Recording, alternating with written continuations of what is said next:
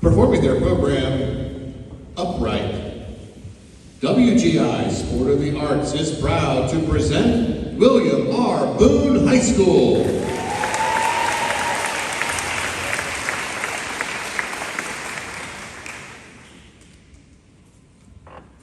When we look at locomotion for the hominins, we're looking at a shift from quadrupedalism or suspensory locomotion to bipedalism. So there's 5 different parts of the body that we look at. We look at the skull, particularly the position of the foramen magnum. We look at the vertebral column and how many curves are present and what the shape of that vertebral column is.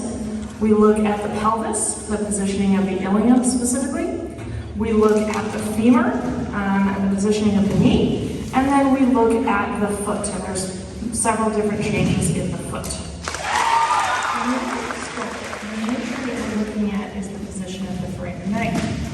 So the important thing to remember is that the face needs to be facing forward. So the human here is in anatomical position, her eyes are facing forward, but the orangutan here is actually looking slightly up. So in order to see the actual body position, you need to rock that jaw forward onto the table so that the teeth are parallel to the ground. So here, when I put this in anatomical position, you can actually see the foramen magnum in the back. And if I flip it over, I open it from the top.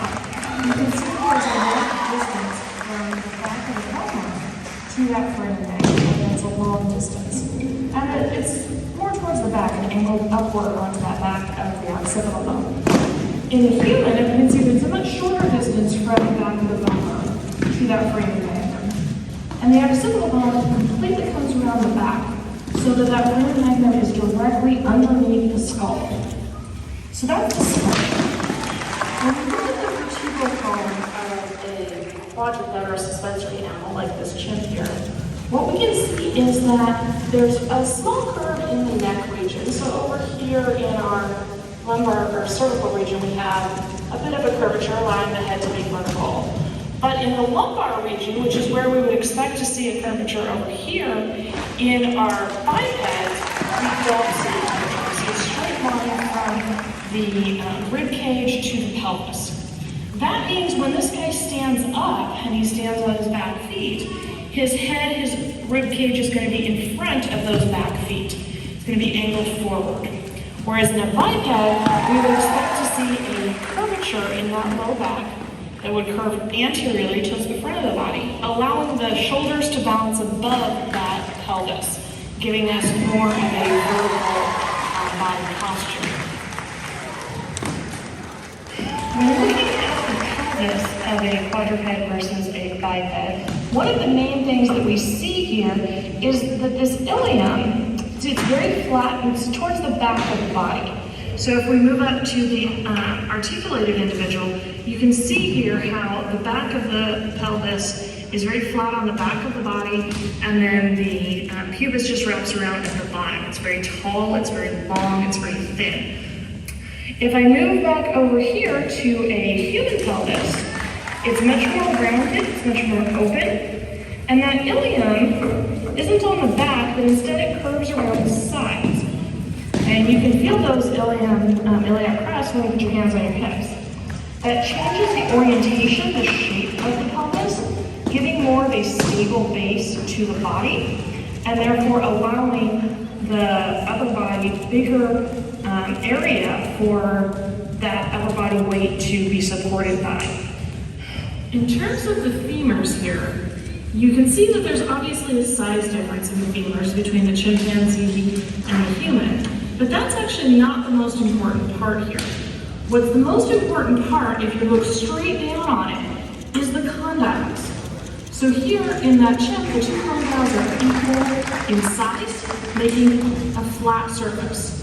Whereas in the human, if we look at the condyles, you can see that the medial condyle is larger, causing this to have an angle. So when the 2 bones are next to each other, as you can see here, if we change our angle slightly, the femur comes straight up and down. It's a completely vertical angle. However, if I do the same with the human, notice how it angles out. What this does then is brings the knees together. So in our chimp, those knees are going to come straight down, whereas in our biped, they're going to angle together, bringing the feet together. This changes the positioning of the center of gravity so that the center of gravity is right next to each foot. And this is really important for balancing while walking bipedally. When looking at differences in feet, we look at 3 major changes. One of them you can see here very obviously is this divergent big toe that we see in the non-bipeds versus the big toe being in line with the rest of the toes, which we see in bipeds here. Second thing is the length of those toes themselves. So if we look at this non-biped here, you can see that the toes are very long. If we compare that to a biped, here you can see that the toes themselves are very short. But you can see how big of a difference that is in size. Now the last one is a little bit trickier. So here with the non-biped, you can see the single arch. Arches from the back of the foot to the front of the foot. We call that the transverse arch, and that's what allows the foot to grasp. In a biped, we still have that arch, that front to back arch, but we also have an arch that arches the foot side to side. That creates what we call a longitudinal arch to the foot, and that gives the foot shock absorption capabilities as the individual is walking in a heel strike, push off from the toe type motion.